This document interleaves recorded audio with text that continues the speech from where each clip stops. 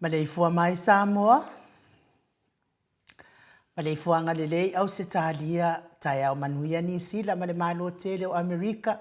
Ia manisi tafa le lalo langi o lo mai moa mai eile mamalo Samoa.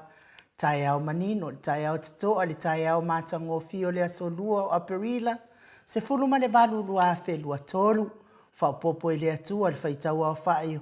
Aso le mamalo le atunu. Sui sungai au na tofi le atua mana yo la tau falitua. So se fata tapuai. Ia me se fo i tupu mai o le atunu i tama matina matua le o sina se ia o lava i whanauvi ia le atua. E whapopoina pēr o le whaitau au whai o aso o le tau soifua. Ia e me se o le malosi tulu i atu i le aso ma le aso. Malo fo i le tapuai, malo le tau watai, malo le tatalo. E whawhiloa i fo i nisi fo i o nei ainga o ala whai mai le nei tai au. I loi mata malingi o na o le mananga le maliu maleoti. To e se ai fo i o au na tofia le atua. Ia e me se fo i o e pele mamama e i le o langa nei.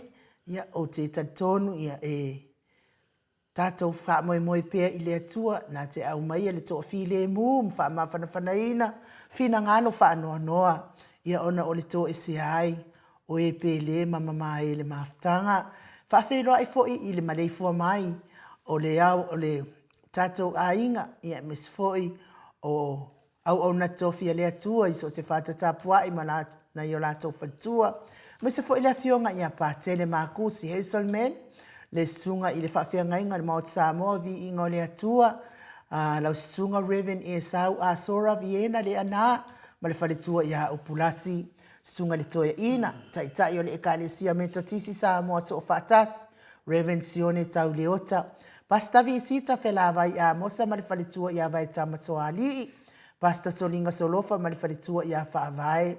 Sunga li toe ina o le ekalesia la mo sa toe fuata ina. Reverend Tele Tausanga ma le faletua ia matau aina. Sunga li whawhiangai ngā mālolo, mālo le Uniting Church.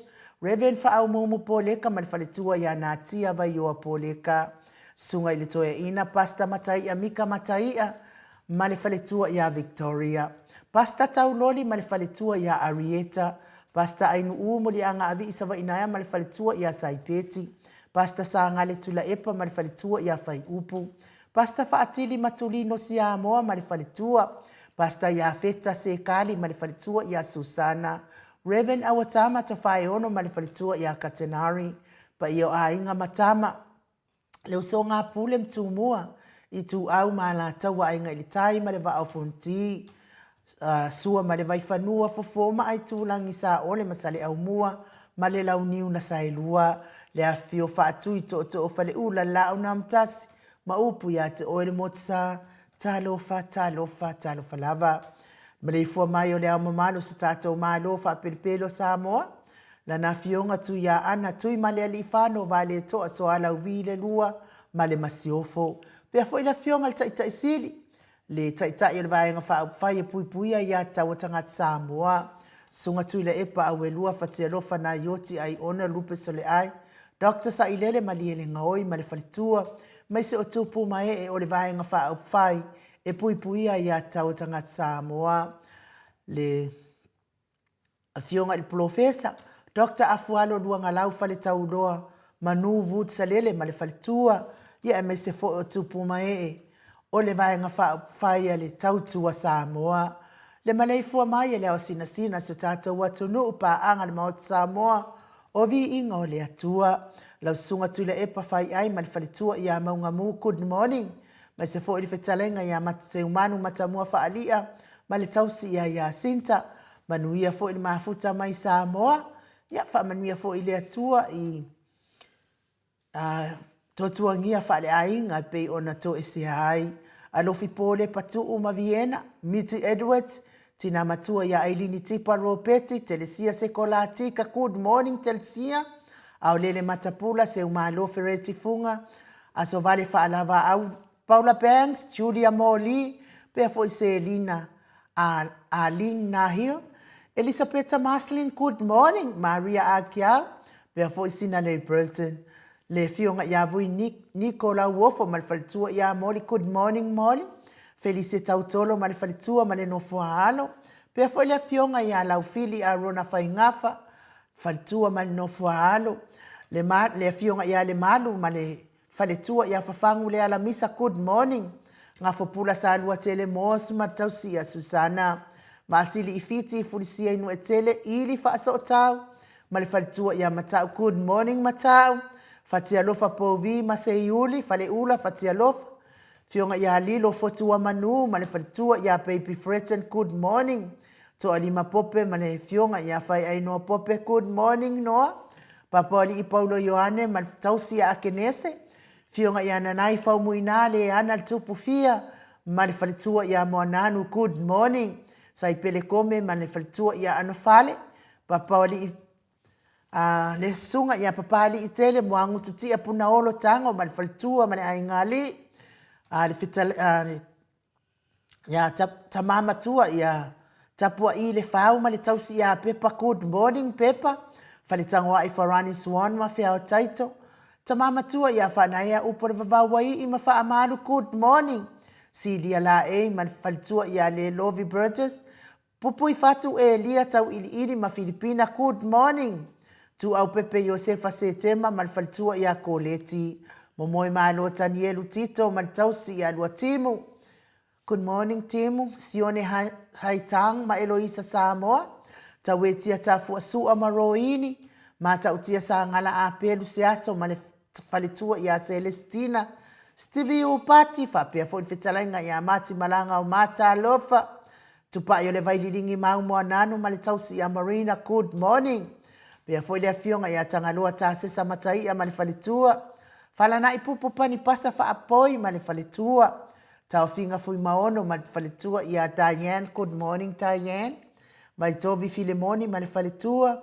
Ia mese foi le maftanga nai o tina la iti a tiosa whaatonu ni umata, a taline patiole stawa, heni au tanga vaya, mau salafa, to o a mātaio, ono sa i tu whanatu, ia mesele tina ula vale lea ia eti maulalo. Good morning eti, ia lofa te lea tu mo oe.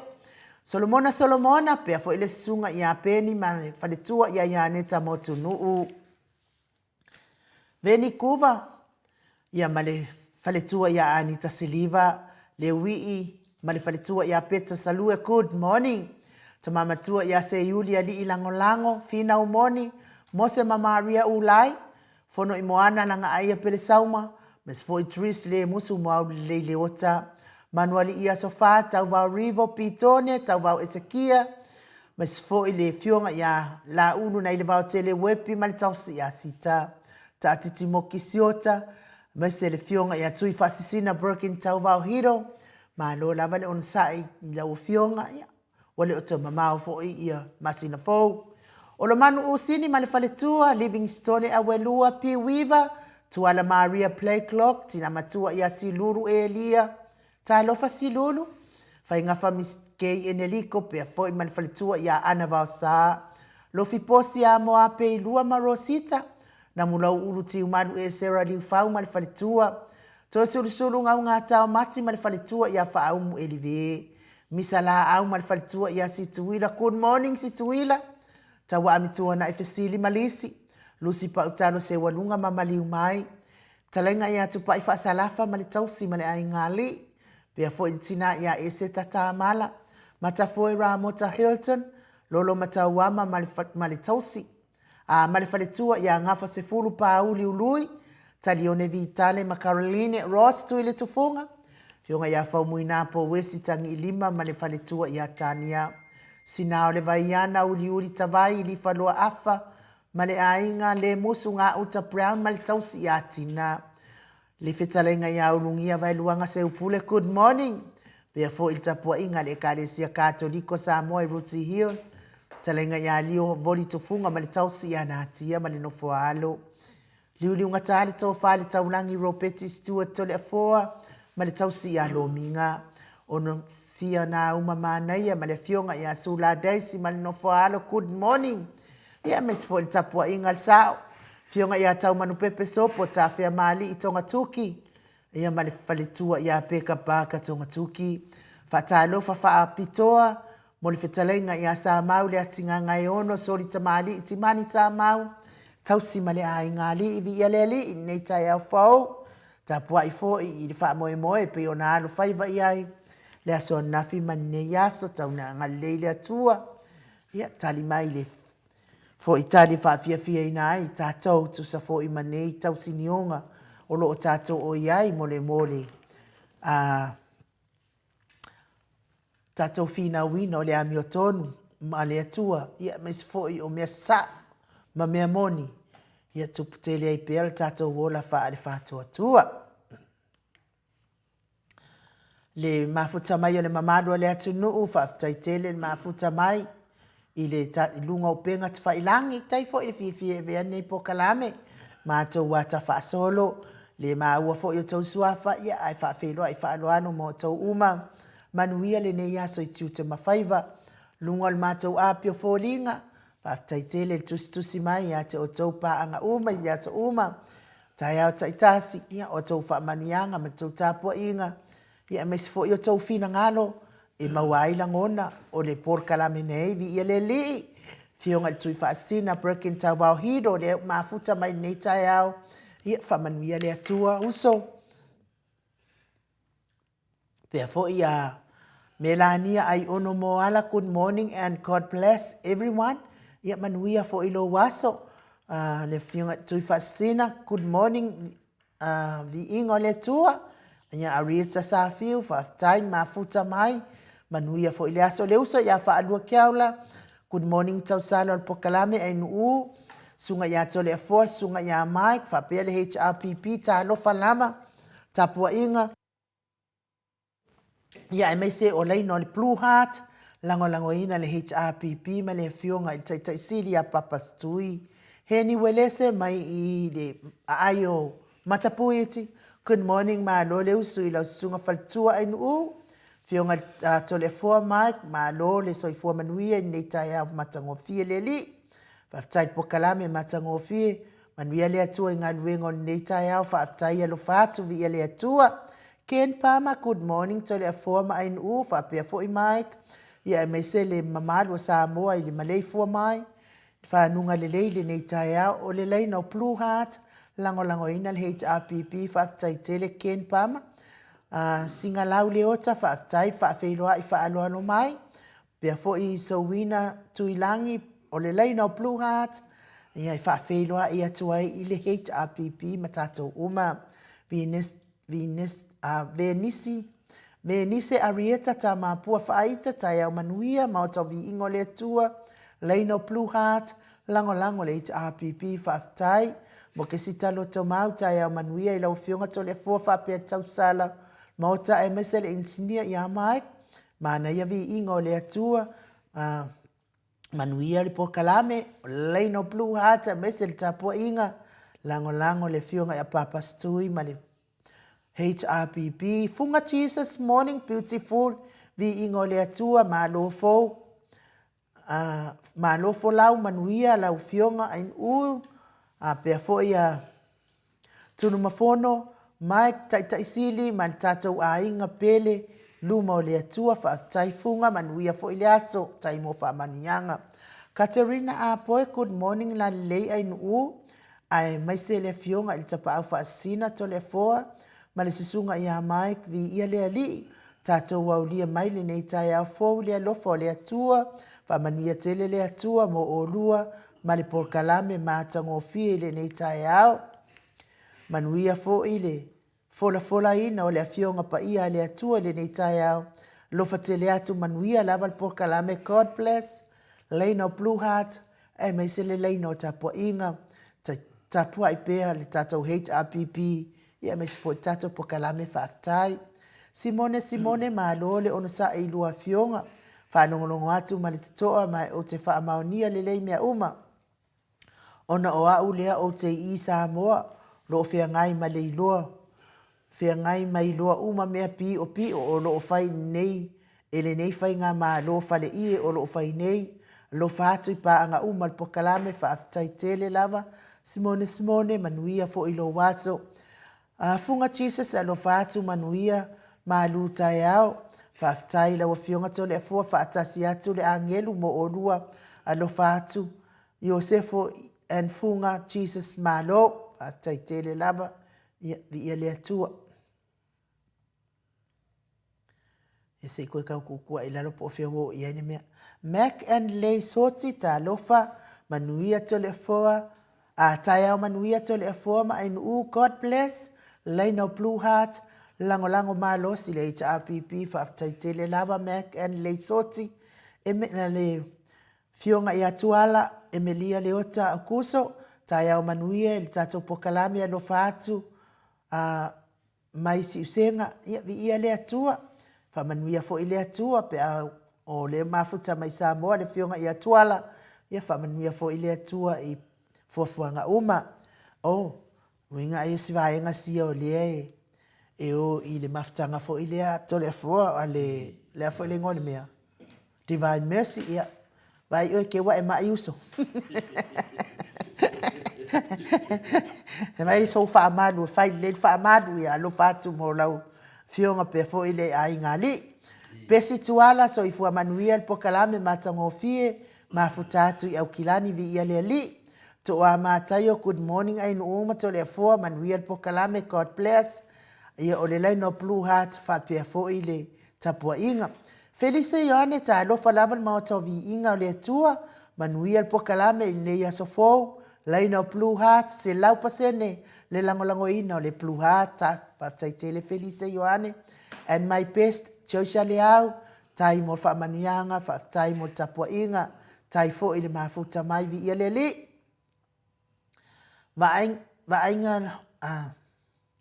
ba ngai loto mau good morning to le fo ma le tamaita yon mota manuia le nei tai au ia te o lua tatou fina upea mo le mea moni. Tātou whina upea mo le mea moni, alo whaanga mai Brisbane, whaaftai tele lava, vāngai, ia manuia fo ile aso, Sam Sela Multalo, Laino Blue Heart, lango lango page RPP, vi ia leli. Sina lei Burton, good morning, lua fionga, ma aloso i fua manuia te minei, tāle wha ile vaveao, ele ngalo ia au tātou pokalame, God bless. Ia, o le Blue Heart, Laino Blue Heart, a me se tapo inga, ia, whamanmia fo ile atua, ina atu nuu e te tawhao ai, Sina lei Burton, lofa te le atu. Retta Scanlon, Nansen, ta lofa manuia po kalame ai nuu, God bless. Ia lofa te le atu fo i Rieta. Weni vuilua, o le leina o Blue Heart, lango lango le RPP. Angela Masoe, ta iau manuia i lau fionga to le afo ai nuu, Mike. Manuia po kalame, nei ta iau, God bless. Mafuta mai Melbourne. Lori Berry Ariel, whaafitai mafuta mai fi le atua, tai fo i mo whaamanuianga, ma to o tusi le atua le afoa, ma wanunga le vi inga o le atua, tantonu, lo tau whaitusa uma i tātou, ma nai i tātou pāanga uma, i le alofa ma le anga le lei o le atua, i le tai au, i anan mahalosi a wawa i mai pea, i le tino ia e me se foi o le soifua tulu i o le mamano le atunuu, ia e me se foi se ola vai, ia mo ta ua to le foi me se foi le intinia ia mai, mi inga o le atua e whaatere ina mwha foi pea, o na olo nanga le ia te i tātou tangata tau mawhai, ai to le foi ia le ua uma na o whaafeiloa i le mamano le atunuu, le tu ua lava le anganga o le whaafeiloa i atu foi i lo fionga i le tapa au fasina to le afoa, fionga le tuia ana ave au malanga, tama fasau sau wa le tu malo, le na tu ina tu ia ia o le tonu mai pea, ia au le fau lulunga le ainga sa tonu mafono, le fitalai ngai le la ulu le tau lau niu, ia presidente o le kalesia katoliko Samoa i ruti hiu sini au sitalia, au tustus el pule anga fa katoliko Samoa, paramata malo lavale, so i fua maua nei foi tai au foto le foa. Ia maro foi so i fua man lange ma ai u i nei foi tai au mata no fio tato au dia mai le maro famlo na ngai. Ia me monia ma le fifia foi le loto o tato feto ai ma tato fe lo ai foi. Ma futa pa tasi ma pa ia la silasio ma maro le tu. Ia me se foi ia tato pa anga masani idea aso ma le aso.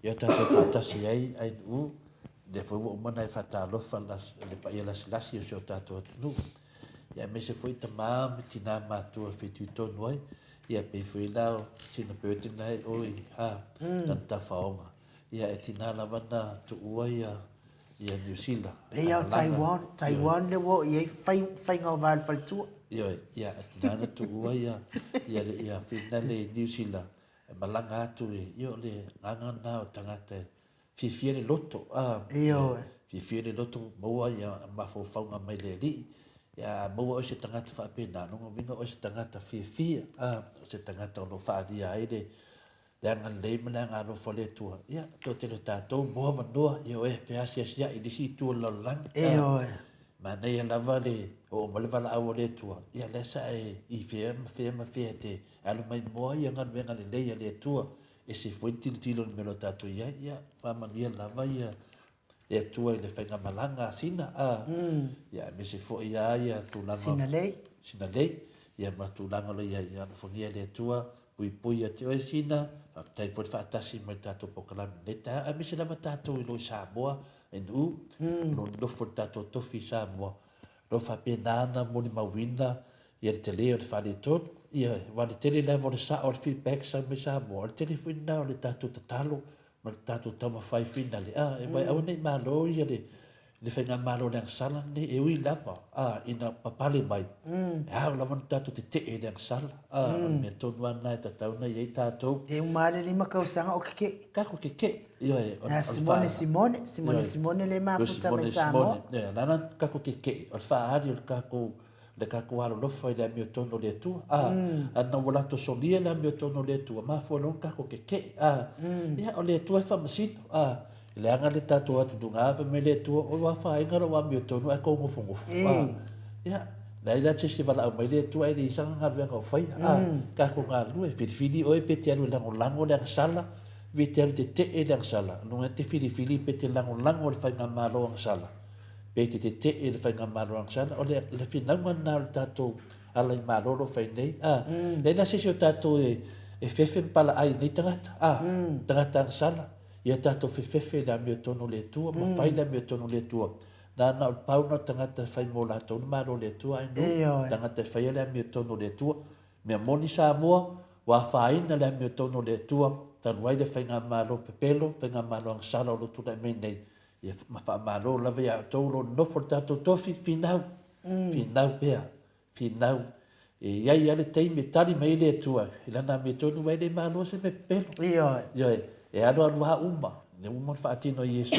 e alo al pepelo uma ia al tatou famsinonga o lo faatalitali mo tatou malo tai dava inu mo faatalo famai fo e nei tu o tatou prokala ia tatou tau fai famalo i le alofo le atua lau fionga le tapa au faasina to le fo ia mafuta mai fo ia Singfred and Colette Jenki mafuta mai ia le atua pe fo i li aropati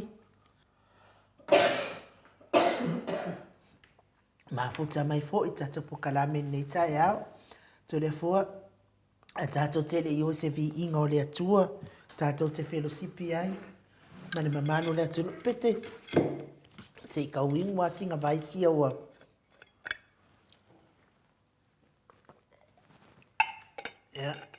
ia lawa koe kau tatou tele i se vi inga o le atua to le fo nei fo i tai au o e se fo i langono nei tai au ia ono maua fo i le aso nafi ia stasi fo i o au na le atua ua mala au ia i le atua le sunga le apostolo ia Viliamu ma fo ia nei apostolo to le fo au e se lo lofa i hai tele le aonga o le apostolo le nganga i le tulanga i le nganga i le soifua fa le nganga o tangata me se to tele o tangata sa le mamado le atunu sa le anga la to wa mio ia ai fa longo pe la unga le apostolo ia maliliu ai le atua tu le anga sa fai a tele la va fa longo to le foi sa o lotu ai fo i le ekalesia le to le fo tai mi fo ina tu ai fo i le lalolangi nei e tamao na yo tamai olive ia na o toi mafau ai loa toi alu loa mato ekalesia AOG o mato ekalesia na o te fie ia e uiana o malmato o ainga atoa e o yo matua ile lamosa e fakasa ia te alua uia le AOG o ke fie ia ia na o walu le ato le fo so se asoa o te alua i Samoa to le fo o te alua o te lotu le kalesia le worship center te loku ai lava le worship center ke fia e mo atu lalo fia i le whainga o le ekalesia worship center ngai lo le ekalesia le AOG tasi lava le mea o te le fifia i le ekalesia le worship center ona ele aini leo o mātou la nei tina ia iara mea ia i leo tina ia ai o kulanga fo ile i tala noa ino mea tau se le ni mtulanga fa pena i tol e alu ala i mea tau to ina e o ula ile sko inga o le mea na we to ia ne se ese le nganga to le fo ai mai le vai le amatanga to le fo na o ilo ai ia le apostolo ia pasta senior pasta ia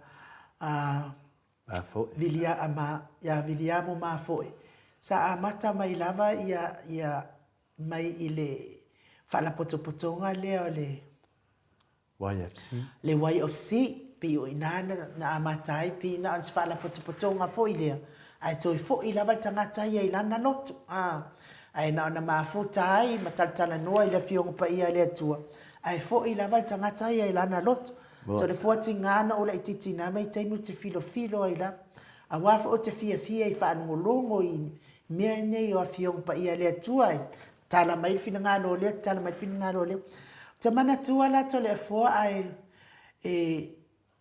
le whainga malo le fionga te sili i po whainga malo fo i le HRPP na se fina ngalo fo i lea pe mawhai ni whaiwhi au o na la tu whaatasi se por kalame ia se kawa o ia mi o al tupulanga Samoa wa malosi kele le kalepe fale nga oi tulanga fa pena me se fo il fa malosi o tamaita ia o le mea la watupu savala aulia ai kusala o na so taile o le malo ia vidiamu mafo na vala aulia le vidiamu mafo o le maftanga talo lo e vidiamu mafo le maftanga fa fi au uma to le fo na mai lo le o fa fi a ia ona fa ilo le vidiamu mafo e le fina ngalo o le fa ngamalo an to le fo fina ngalo le fa ngamalo ina ia se vaenga fo ile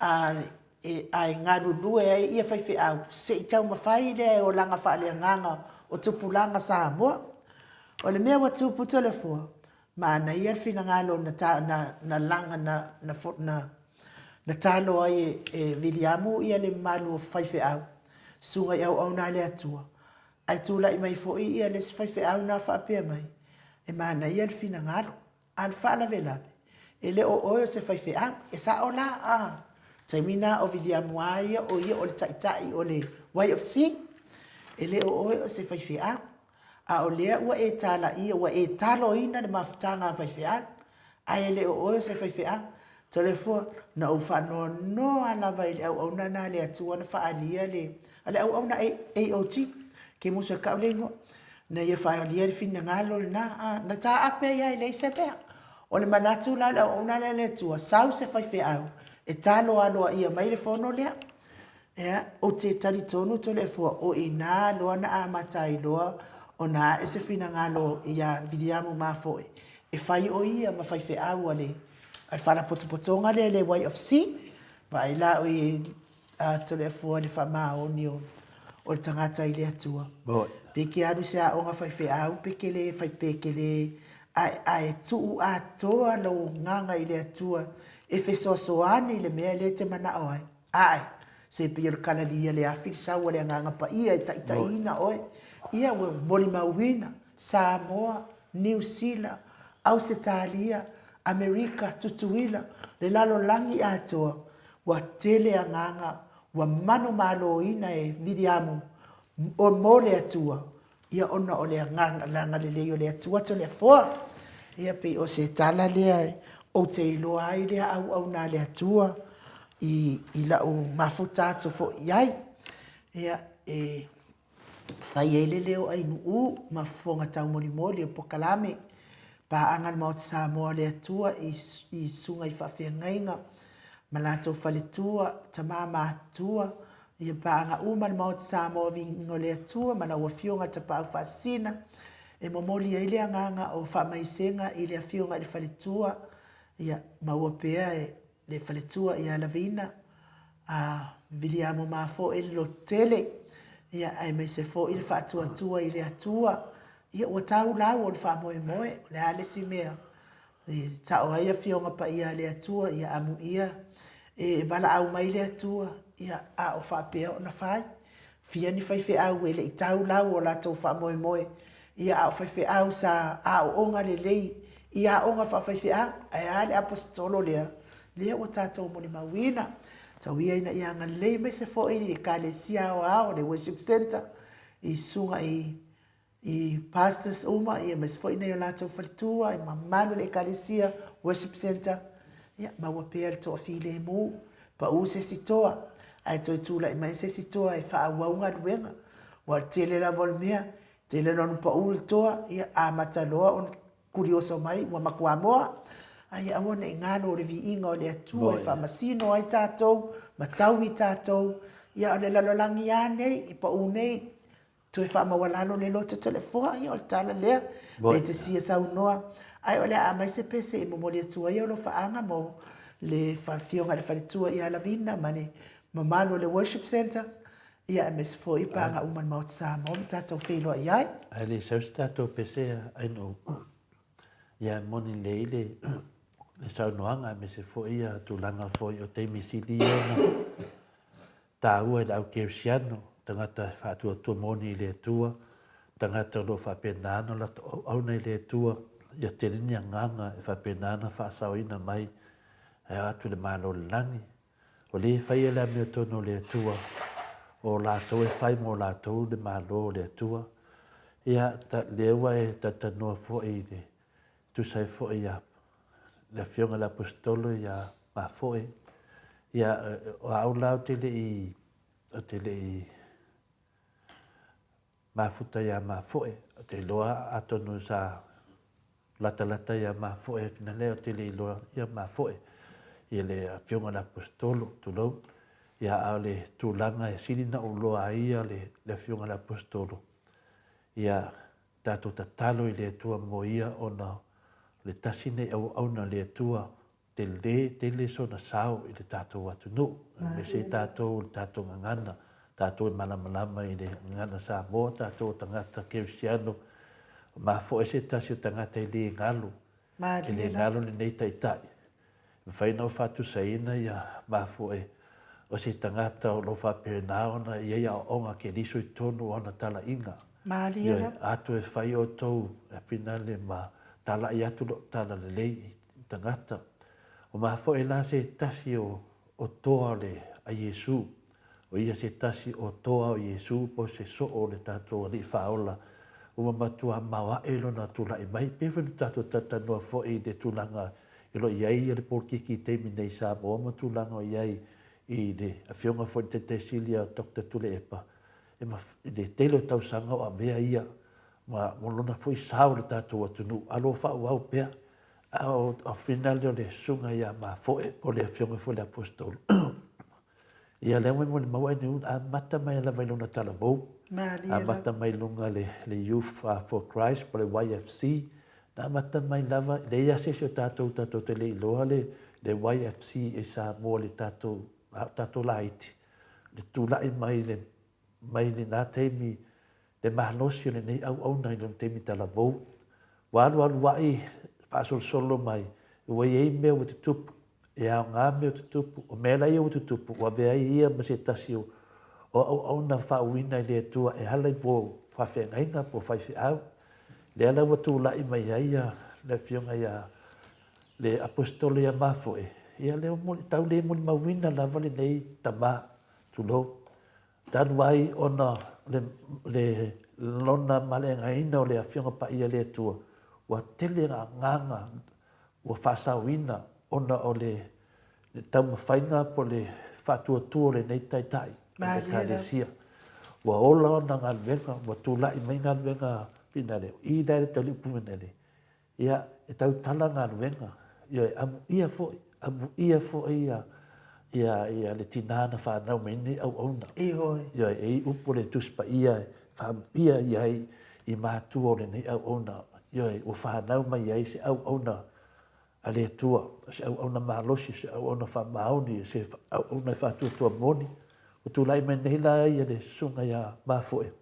Wa whanau mai ia i le kerisiano. Ese le mawa i le tūlai mai to tono Samoa. O le si mea o mafoe o se whaiwhi au tautala sa. Maria. E ua mai tawina pema o matamata i ona live. Te lo temi a moro o le tasi nei whaiwhi au te muli ai. E wana sau noanga e tu sao. E tu sao lava e popula mai lava i le ti apolo tautala tu e mafoe. Pau foi leo le apostolo walau i loa i ana ngalwenga o le tuturiina o ia o ke mongi. O le whaamaloloina o tangata. O lo ia ni mea lofa whapitoa ia mafoe. Lea laua tu lai mai le tala. Ua a mia le tuale ne taitai. Ia, awane o tātou whawaivai pe tātou te loto vaivai ai. Nā le tātou tatalo le tua whaawitai lana mea alofa na fo ina mai mo I tātou. Tātou I o tangata.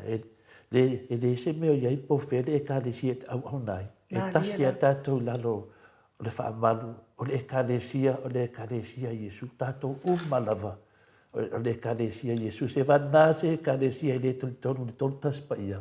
Le tamā le ano mananganga pa ia. Nango vinga lai.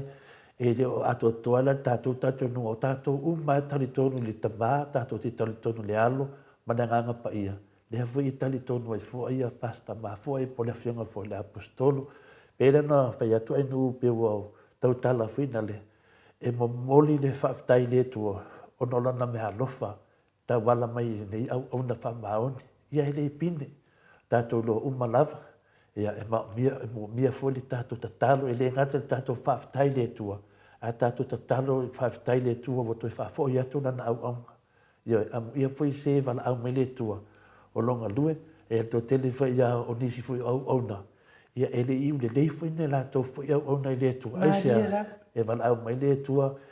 Ia e se la tau me lai fai, e wala au mai le tua ele I fai singa venga o to tele. O se lui fui na mo tātou, tātou umalama ele ngata I fai fi au, o tātou umo tangata I fa atu tua le tua. Ia, lewa mai le awala, fa mua Yesu, e ala nei fai fi au.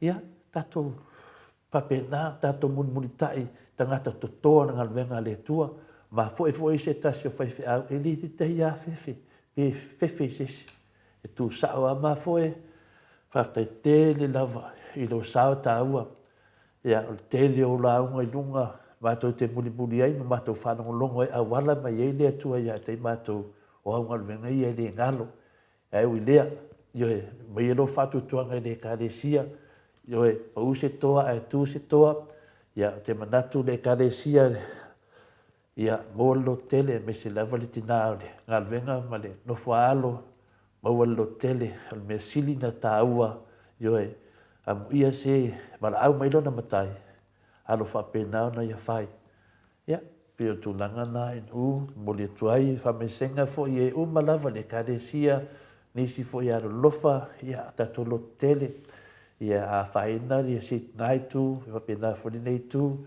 longo na ina fo ia I lo fa no ai si le lo fia fa tai le tu ia na me alofa ia fa pena matato ata to la ia lo fa ta mara nei temi ia vea ia le a fina le malanga le fionga le apostolo ia ma fo e life luna tato anga fa tu le tua tato ia sa tau fa tu titi e me se tato ia I tonu o me ia tinana whanau na te se mea ai anu lava whai. Ia ua mea le maliu pina le male tūlanga le malanga se whamatalanga I mina nei whai whiau.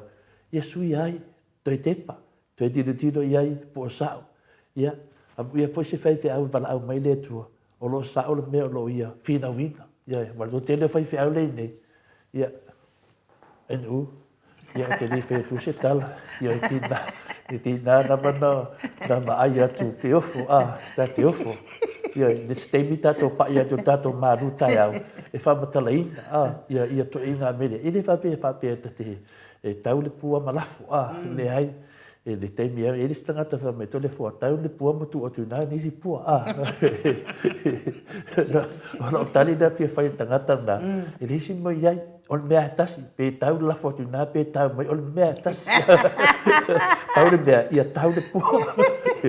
Ia lea lau mo tātou mama ai nei. Ia tātou tatalo, I ma tātou patipatia le alofa malanga leo le tua. Ia, o afo ina se seo le au auna, ia tātou te loa le tua whamangalo. Nā fo ini mea fu whare tonu fo iai. Ia e tātou talo sia na whainga malanga, whaatari mai mafo e mo tātou umalava e whaatua tua moni le tua. Ia, o le talatu nā ina uman whainga. Malo whaastaita le fua ai o le fiunga le apostolo ia mafo ia Miriamu mafo. Sa ngase ilo na fatu. Wa levana ana pupongi matu watu I le au fatu atua umalava o talitonu whamalolonga le atua ngase o le apostolo. Ia o le tali na mai le atua o le tausanga lua sipun maltolo. O le afa mana vai na ia le atua ngaluenga a le fiunga le apostolo. Ia le atua O le tāpena lava, amu ia fo ia i tu ai ngā malanga. Mau tinoa lava, le taimi o le malanga ai wha uma i le atua. Ana ngā ruenga ia vi i le atua i le taumate. Ia ua iai o ia ao le tātou atua ni nei tai ao. Ai mai, ia mai se vi inga o le atua tātou whilosipi ai. Ma le tātou a inga i nei tai ao, ia mawhana whana atua i foi. Whai tua i ala vina ma le nofo alo. Ai mai se le worship center ao o le lalolangi.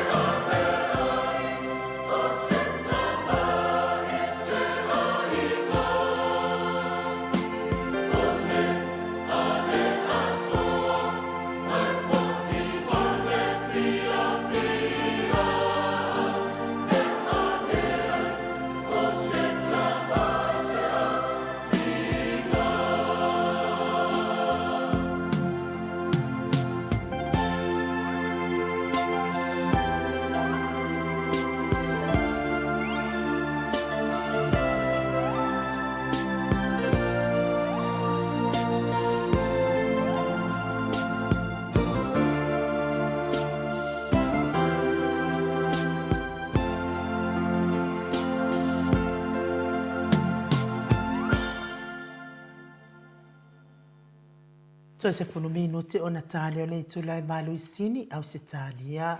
To le foa e manuia le malu tai au.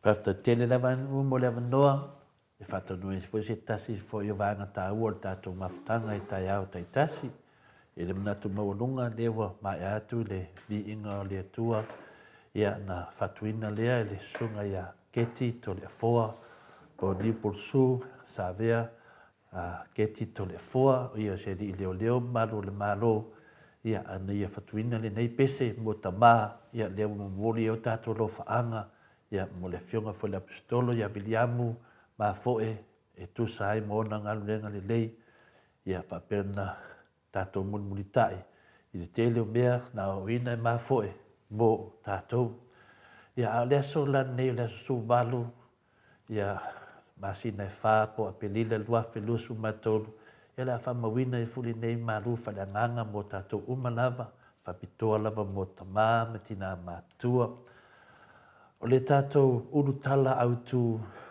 o le a le tala le tuspa ia e winga i le pepelo. Ia o le a foi se fetalanga Iesu o le tonu tuspa ia e winga i le pepelo. No winga le a tatou mafofau e wha na mahatili tatou ia tatou leila wa le tatou savavali ma le mana malama i numa o le tua. O le tatou tala na le tatou tusi faitau le mātai o lusu matolu alo na fai ko luas fulu fa ngata ma tolsu ma tol fa mole nu pe pe na fa le ina le fiu pa ia le atua O le nei, o le tau le fata fai tau langa, wa ia tau iai, ma mea uma wa ilo na lunga. O le tau fo i le man, wa ia tau iai, ma le o fio ai. O le tau fo i le langi, wa ia tau le no fo ali o le atua, ma le o ti iti iai. O i talo fai ate o tōtu si upum farisaio, tangata whaafia me o tonu, wa o tō abatu mea se fulu ai o le mili, ma le aneto, ma le kumina, a watu e o tō mea siri o i tū la fono, o le ame o tonu, ma le alofa, ma le wha maoni, e tatau pe ana fai nei mea, ai awa fo i le tuua na mea. O tō tai tau aso, wa o tō whaapilia le namo, a o tō folo a tō al kamela. O i talo fai ate o tō tusi upum farisaio, tangata whaafia me o tonu, o tō whamamai le tua o le ipu ma le tānoa, a o te tonu ua tūtumu i mea ua whaoa ma le ame o le anga. O e nā le farisaio tau aso, ia e mua i whamamai te tonu o le ipu ma le tānoa, ina ia mama a toa ma le tua. O i talo fai ate o tō tusi upu ma farisaio, tangata whaafia me o tonu, a wai te tusa o tō matunga mau, whaasina sina ina, o roo mata ngō fie i fafo, a o te tonu o tūtumu i iwi o tangata oti, ma mea le anga uma. Whapea fo i o tō, o fafo ua mata ami o tonu i luma o tangata, a o te tonu ua tūtumu o tō le pepelo ma le ami o le tonu. O i talo fai ate o tō tusi upu ma farisaio, tangata whaafia ami o tonu, a wawa o tō wati a etu unga mau o perfeta, wa o tō teu foi, loa o tangata ami o tonu, ma o tō whapea ane, ana mātou iai i nā o na pō, o mātou tama, po ua mātou le au whaatasi ma i nā tō le whasinga o perfeta, o lea, wa mōli ai o tō e o tō, whanau o tō o e na whasiotia perfeta, o tō foi, ia o tō whaatu mauina le fua, o a o tō tama, o tō ngata, o whanaua, a ngata whi ai. Pe whape whea ona o tō sola i le whaasala i kena. ia whamanuia le atua i le whungaina lo na fionga o whaafonga le pa ia lasi o le tātou maftanga ne tai au, whaftai tele ai nuu. Le nganga o le toi si i mai, o le mātai o lusu mai tolu, alo na whai poe luas fulu whangata mai tosu mai tolu. O ro o wha autu po le a le tala le tuspa ia e winga i le pepelu. Ia le alaua tātou whanongolongo uma i le whitalainga a le tuspa ia, po le tala le tuspa ia e winga i le neimea o le pepelu. Ia te le se a whaina o le toa tele o tātou. I le whaitawina le fionga pa ia le atua. Ono ne mea ono tau mai tono tus pa ia. Ta ngata whaafaulinga. O le pepelo, e whaasino i se whamatalanga sao. Ai a whaatino. E whaatino i se awala se. Lea tātou a maia ia le matanga lea. Se tātou whaamalamulama ati. Le tele na tātou tatanoa. Malu i atu. Ma tātou tatanoa atu le pepelo le sunga ia lauli. Mo se tana whataitai.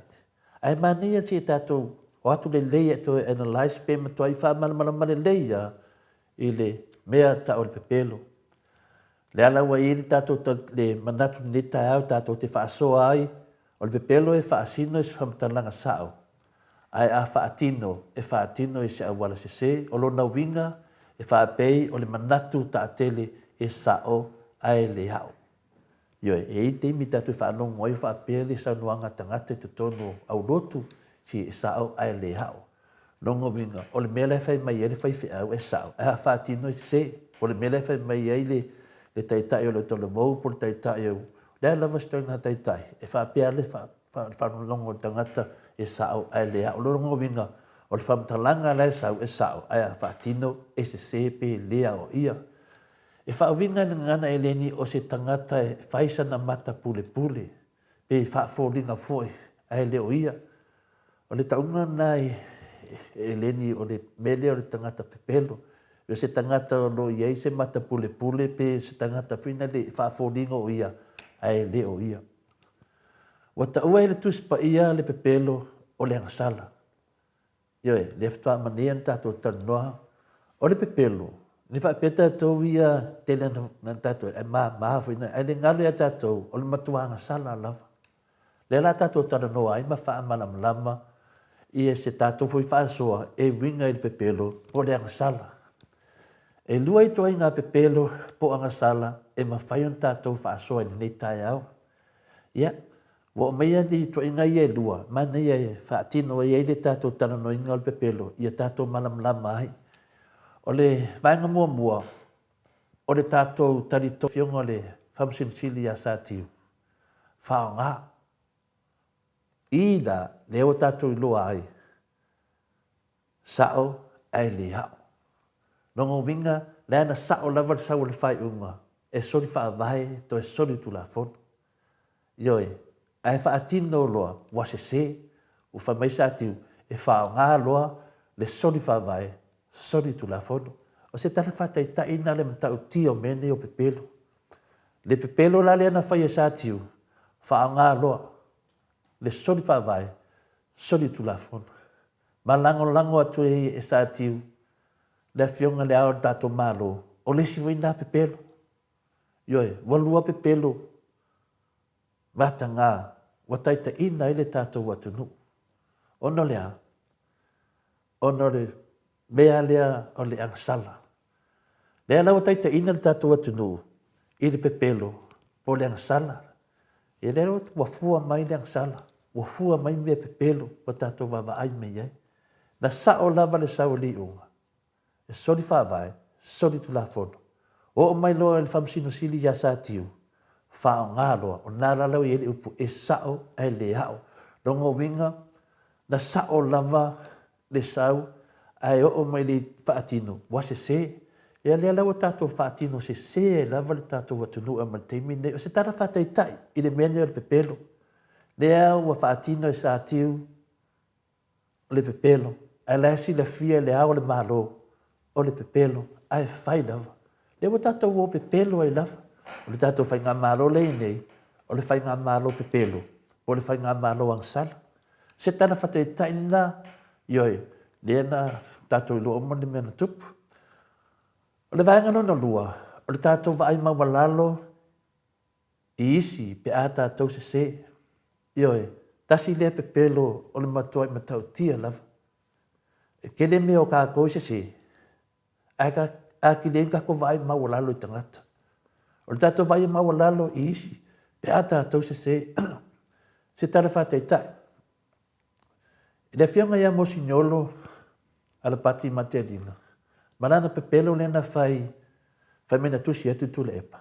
Aile i tusi asu ia tule epa. Fa mai na tusi atu le epa, ai le tusi. Le fa mai tu le epa le tusi. O le tasi nā mea mtau tia. Le tala no ina o nei meo pepelo. Pepelo. Io, e toi vai a lalo i tātou. E le tusia so na tusi. A lea wana pepelo. Ma vai a lalo i atu lepa.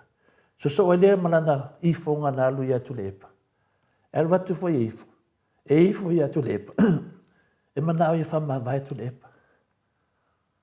O le toi ngā pepelo la i alo na lua. Le tātou tau whai whamanama. Le tātou manama le pepelo mamua. E sao e le au. Al pepelo no lua. O lo tau mawhai e whai se ngai o inga. Se. E toi vai a lalo i tangata. I o tātou wa aila le se ngo pepelo. O le pepelo voli nā. Le ana whai e la uli. I nana tautonga i lumo le tuspa ia. O le ana nā pelo. Toi pepelo i lumo le atunu. I ana folfolanga. Le ai ma se mea na o pepelo. O pepelo la ia la uli. Le ua tutupu mai. Wa femi sai e le atunu. Wa le ele va uso o tangata. Wa femi sai e a inga. O uso matu whawhina. Wa le fe tau talai. Le ua fua mai le pepelo la uli. Le ua fua mai le pepelo sa tiu. Le ua fua mai le pepelo mo signolo. Le ua fua mai le pepelo o whaife au tai le whakasa. A le ua fua mai. Le ua fua mai le sila fia le ao tato malo. Ia mau pepelo. A lea lava whatau nuu lava. Ona lea. O le loa po le ame la whai. Ai tasi ale mea ma whaina whai i pepelo nei. E tasi lava e le lua. Na le nganga pa ia le tua whaintua e vesea. Ioi, whalewe lave. E le o i le tua. Ioi, wa whai lava le poto. Malangona tangata ia. Ai tuu le tua. Mene nā wa vevesi ei. Ma tu lai mai le vevesi il tātou atunu. Ona le matau tia le nei anga sala. O le pepelo. Pe halu ni aso tātou whamatalaina. E ta tau na tātou whamatalaina. Ia maua i se fofo. Ia whialo whani e le tātou atunu. Ia whialo whani e le tātou ainga. E maa fua mai ona o mea ni o pepelo. Le pepelo tele na whai e sa tiu. E whao ngalo le sori whaavai sori tu la fono. Moli mawina le tātou wao le tātou malo. Le ao le malo Samoa. Moli mawai. Tātou wo mai loa i te tonu li teimi nei. Wo ve vesi le tātou atunu. E rea ma se si whapea me se tala to le fua le whai atu. Ioi. O le tala le whai atu to le fua. O le tala ma le fionga pa ia le atua. Le aftua oma na whai tau wina. Mea le matau tia mo le pepelo. Au fariseo. Tangata pepelo. Le alawa tātou whawa ai. I se tasi o uso whasalau lea. Le sunga ia savea. Savea, au e whafonga mai se whai atu lava. I lau whasalaunga o tala pepelo. I au pokalame. Mo lau whasalauina o mea pepelo. Ia e whawhanga i le tunu. A le wafua mai. Le vevesi le tunu. Ono au folfolanga pepelo. Le na whai tua ia i tu le epa. Le tele o mea e tua ia tu le epa o whanua le tunu. O whane te tele tu le epa o milionea tu le epa. Iau whasalaunga pepelo.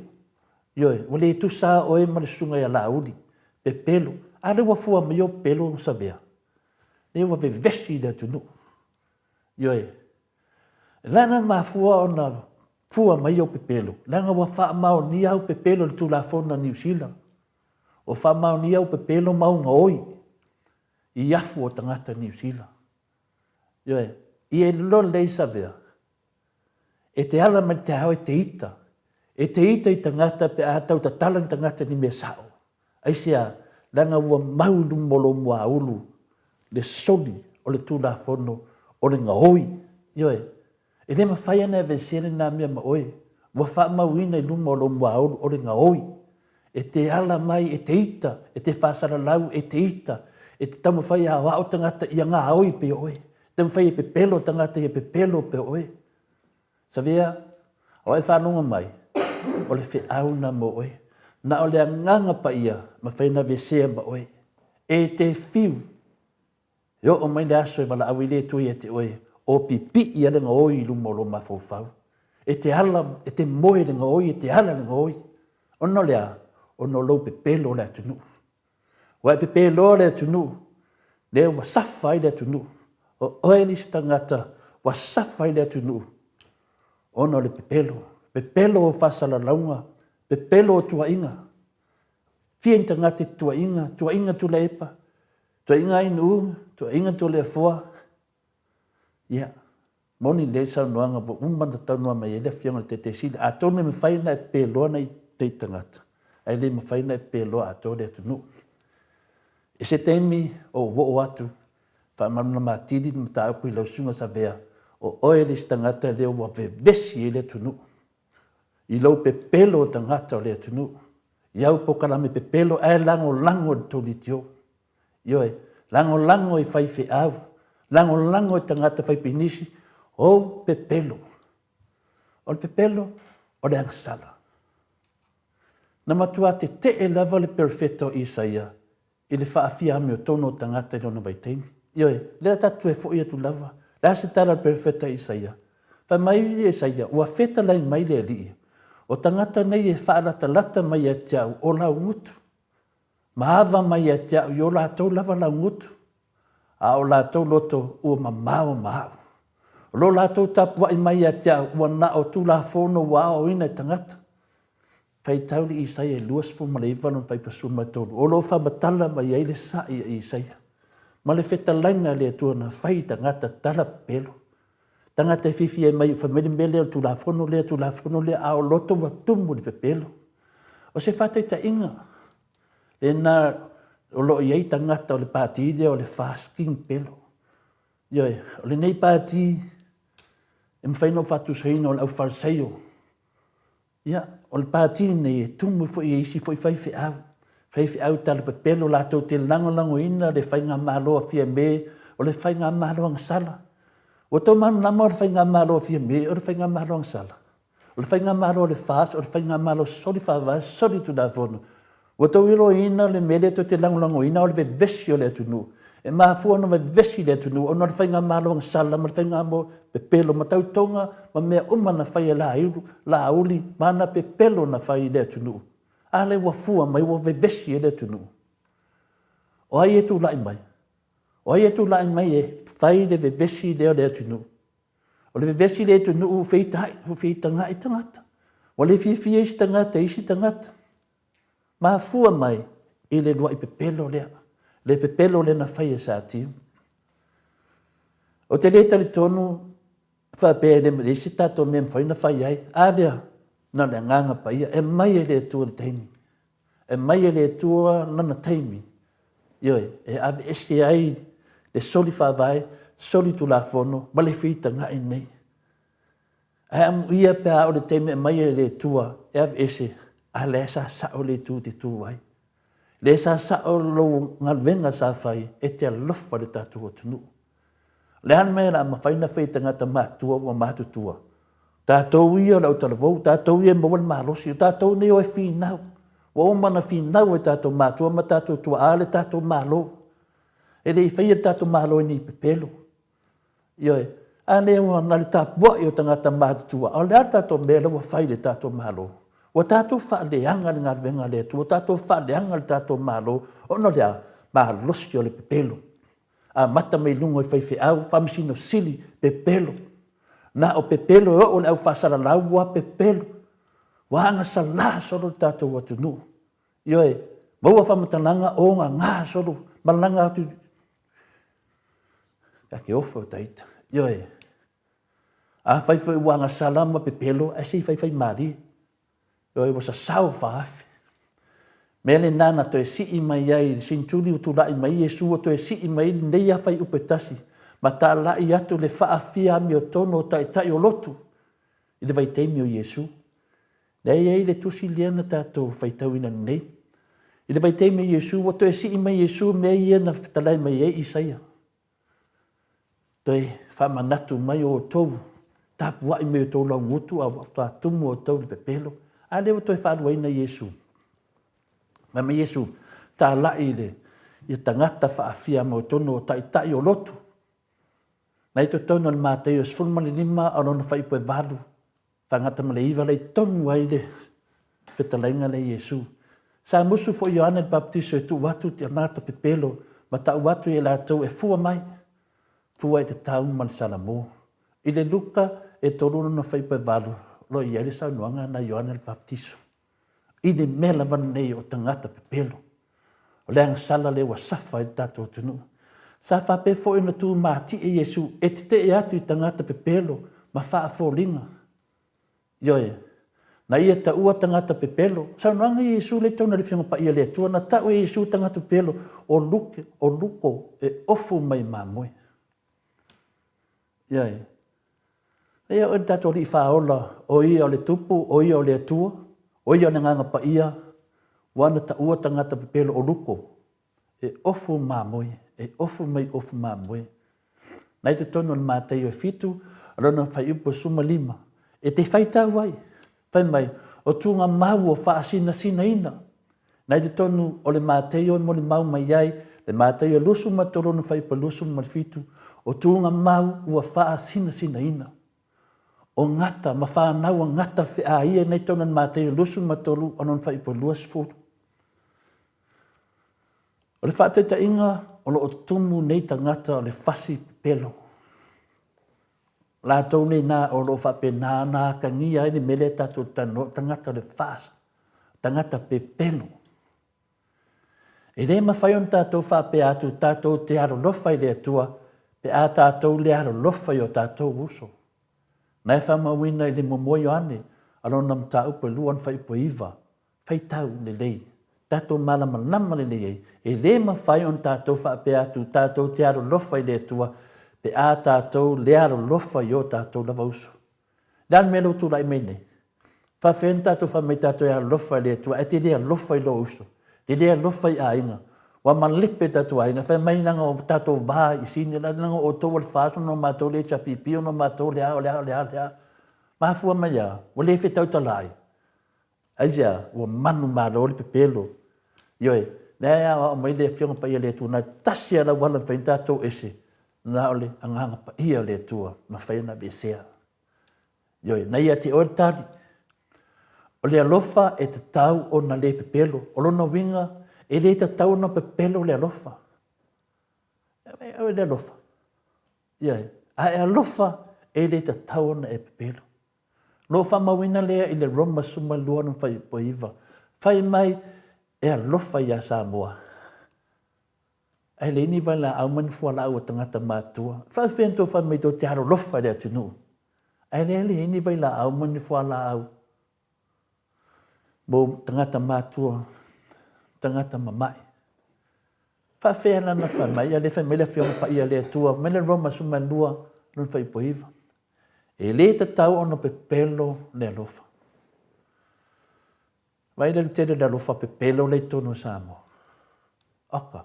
Tele nanga sala. Makau kia. Whawinga i oe le te mana malama le. O tangata pepelo a tono e fōringa a mea tonu mai whafo. Ai o to tonu e matua leanga whaia lava i fōringa o le loto leanga ma le pongisa. O le a mea tonu e sau mai to tonu o loto pe a suia i tātou e le nganga pa ia. Ioe, e suia lo tātou le nganga pa ia. O malolo pepelo. Ana whalewe lawe, tō te leo tapa le nganga pa ia. Tō te fia, tō te ola ma le pepelo. Tō te ola ma le anga sala. Ai o leo se tūlanga mai whafo e pe i seki meni tūlafono, wha pe e taita ina ono le tūlafono lea, so ia. So ia nā tō te malamlama, nā ta ua mai le mātei o lusu mai tolu ono whai po lima, po le whai tau fo le lua kau ni tolo na mta upu e tolu an whai po valo. Nā lo wha matala ina, so ia tō te pepelo. Na ta ua e Yesu le isi tu ai ngā pepelo i le launga i lungo le maunga, ai sea e te vaai ai i le fasi la au le mata o lo uso. Ai te le wa i lava oe le utupoto lo lava mata. E whape wheo na e whai atu i lo uso, tu mai se o ave se ina le fasi la au i lo mata. Ai e o lava i lo lava mata le utupoto. O oe nao le pepelo, i e moa i ave sea le lau papa na i lo mata. Ona e vesea i lea ma ave ese le fasila au le mata o lo uso. Fai tau le mata i fitu, ia a lona fai pe tolu whangata ma lima. O le iaifu le nā whata oto Iesu. E lunga le maunga. E leo a atu Iesu e te tee i le whātua tua, po le fisoswani atu i isi e manu mālo le ngasara. Lea. Pau lea, o lai feta lai mai Iesu e tātou, e auwale so ona wha mawalunga. Awane ia velo tātou le lei ma awala tātou te whaatino ai, ia isi ma se tūlanga o le whaafia mea tonu. Awa. O le mea moni lava e te tauna tātou su e mua ma whaasao a tātou. Lava whale tonu ai tātou te lei muri atu i mata upo isi. Longa winga tāua te le whianga pa ia le tua. Le whianga pa ia le tua, te peia le tātou whaavai. Sa wawali umalunga le whaavai, le tūla whono. Wapena fo le whianga pa ia le tua. Tātou tangata Kristiano, tātou te sa wawali lunga le whaavai. O le whianga pa ia le tua, lo tau tala ia tātou i lea tai au, ma lea tai au. I le taimi o ngā ruenga whaamisiona i Iesu le laulangi, e to tele na whelua i ma tai lotu, tele na mafuta i Iesu, i lona mai teimi ma tangata Farisaio, tangata no lotu, i nā ona pō. O nei tangata e ata ma mai le tuspaia, o tangata i ana mafuta mai Iesu, o profesa le tuspaia. Peia tātou vai teimi o whaiwhi au lei nei o le tele o whaiwhi au, o matua profesa le tuspaia. Ma le ngā, ma muli ma tai tusi umar tu la fono, vai ili umar tu spaia, ole mena na fai, la muli mau mai ngā ruenga lua suma le ono fai upo lima, lo ta oto e whamtalanga leo te fai atu ai peitai. Il pipi i atu i matai tusi o le tu la fono, sa la tau matua sa i lia ni awala, e ma fai ona la tau sol lia le anganga o le tu la fono. Io e. Ta tia tu la fono a o su e, se mea la tau te sol lia i le anganga o le tu la fono. E le ngati lea sa lātou whaahali, le ai o se alofa i o lātou uso tangata. Ma sa maasani on so ona whaahali lo lātou tūlanga whale anganga ina ia mau ai le vi inga. Tā alofa i tangata whapena. Lei tono le mātai e luasu mātolu. Anon whai po lima e whangata mo le fitu. Pesa su e whailau tusi i le luka suman walu. Anon whai upo suman tasi. I roa whamatala i furi nā vahanga tā ua. Tau an tātou susu, e ma tātou malam lama, ma tātou ino le pepelo manang sala. Na tau sala ina i Iesu a lātou mionga ini whaupunga le mau tinoa. I le whasino atu o le whamsinonga tonu, ma le alofa, ma le whamaoni, e sili atu o na tāua, na i loo le tuli loa ina o se tūlanga le lei ato toa e whaavai tūlanga se se. Le mātai o lusu matolu, anona whai upu, e luasu matolu ni tātou whaitau anei. Na whamau nia mai e Iesu o le whawhita auli e le o le tūlafono, ai o le awala na whaatino ai e le au Farisei.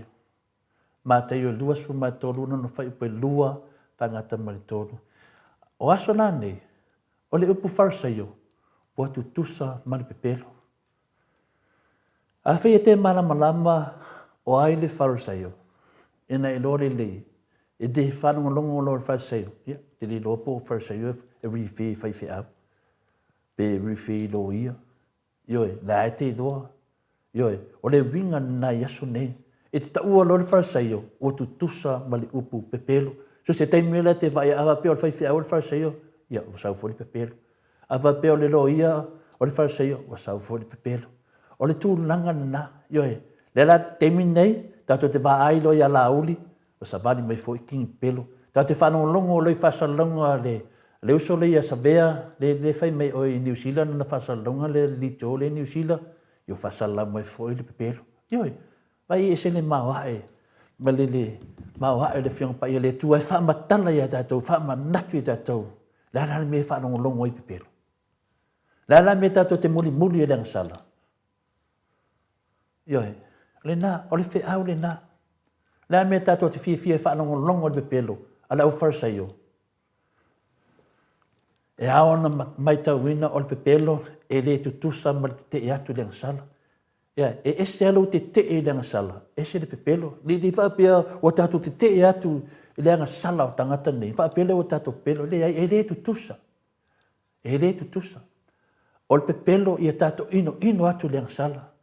O se whaonga, e leo se pepelo, leo atu o se o nā o se angasala. Se vanga nā o nā le e awa o atu e te i ona le o nā i vai asu umalava. O le mena ta o le pepelo. Ioi, a tato o atu se tangata whina le o ngā e leo se pepelo le mena. Ai vanga nā la e o ngā, ma sau e awa o atu. Ia o le tūnanga la nā lo tupu nei e tātou, o le tele o tangata pepelo. Ai o mai o tātou, ioi.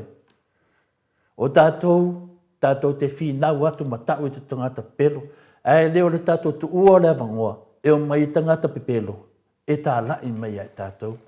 O le mea nā tua ova le pepelo le mawhauwhau. I le vea ai o tātou ma whanau le atua, ua walawina i tātou e tau vivi ma tātou wola whaapa ia ina. Ioe, leo tātou mai le whai ungo le tātou whaasoa.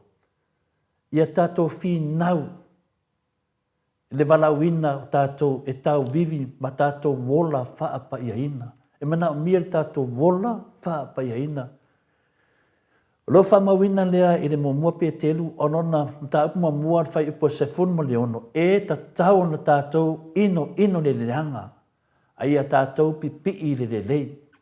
I le romana e sfuma lua lon whai upo iwa. E le ta tau lava on tātou whaawina ina se talia ina o se angasala.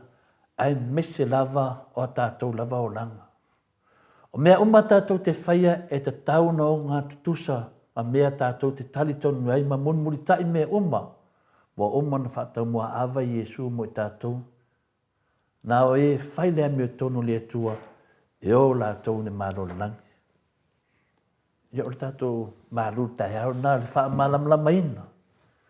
Aua ni o tātou talia ina le tā lai me o tangata pepelo.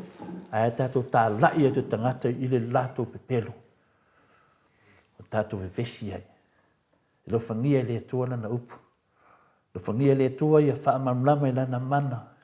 Tai tasi ai tātou, iai tātou uma, ia tātou malamalama i lana whionga mio tonu. Lo tātou, whinau ai le sabalinga le ala le wha moe moe. A wase manui o si o tātou tunu pele o Samoa. Whaftai anu umo le wanoa, tai fwoi au whaafonga.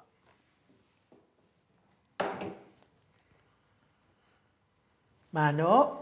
Tai lau whionga le tapa au whaasina tole e fōa. Ia mo le tātou mālu tai au, le nei tai au. Ia ua mana ia fōi, ia le mālu tai au, le whaalongolongo. Ia o loo tātou tapua ia fōi. Ia isi fōi pepelo ia e.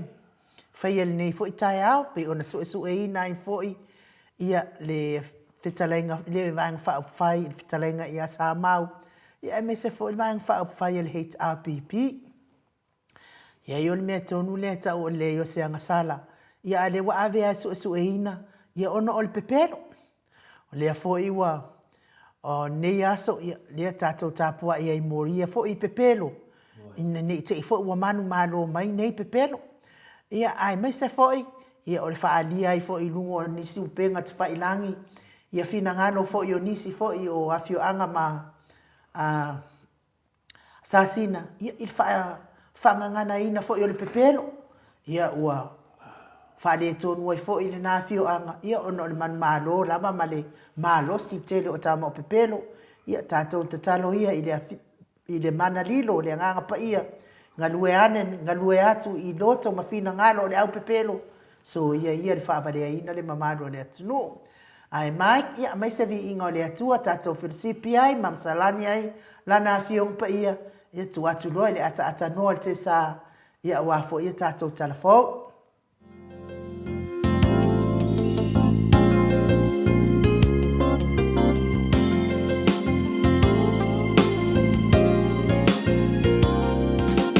Yesu le nei o sau, loto o whanau nau, ia maunga o e whapawau.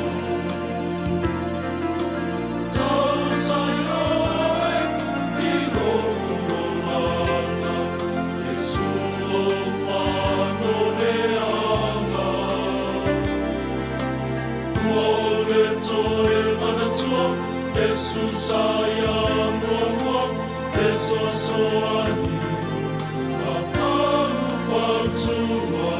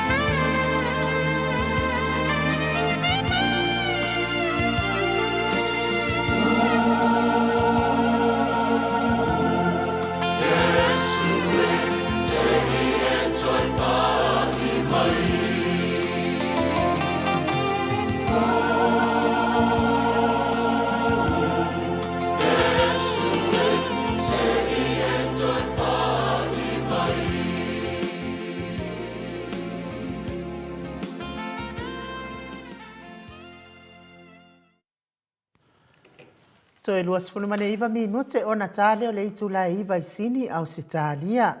Le vi inga o le atua soifua na langi ina ele au faipese katoliko. Mai tau fusi pe ono tau sila sila ma mai moa mai ai. Taluai le wa mafuta mai le ata noa al te sa. Crichton i lunga le tata waftusi. Se no kai ave le kusire ki ai. Le anga fa no ano fa fe no ai fo i la ofio mai le ata no al te sa ma no la vale so i fo manuia le nei tai au fo misi atu fo i oi ya ma no le fo la wila ngi ma no fo i le tau tu atu no ata no al te sa. Ia, o te fifia foi e whataro patu I lau sunga e no ui, nei foi tae au mātango pie.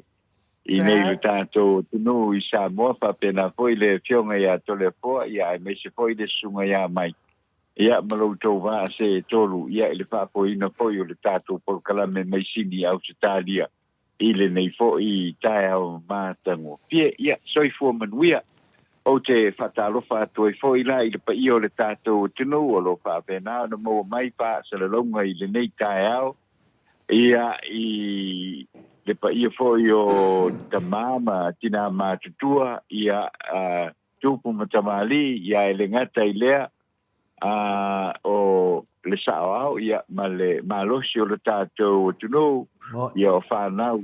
Ia mātou te whātalo whātuai, ia mai sa mone, ia ili mi po I vaenga o le tae au, so I pua le lei, ma le langi e mamai le tātou tino, ia tātou te vi ia le lofa ma le anga lei o le tua, ia o toi au mai po I le nei awa no tātou toi teiro iai, ia I lunga o le polkalame o le maoto vi inga, I le nei po I tae au, whaatai le lofa o le tua o tātou teiro ai, anu ma to le foa, Ile nei fo I tae au, e tele lava le puao lo o ilunga ia atonu e se teimi timu ai, ia o le tae au nei.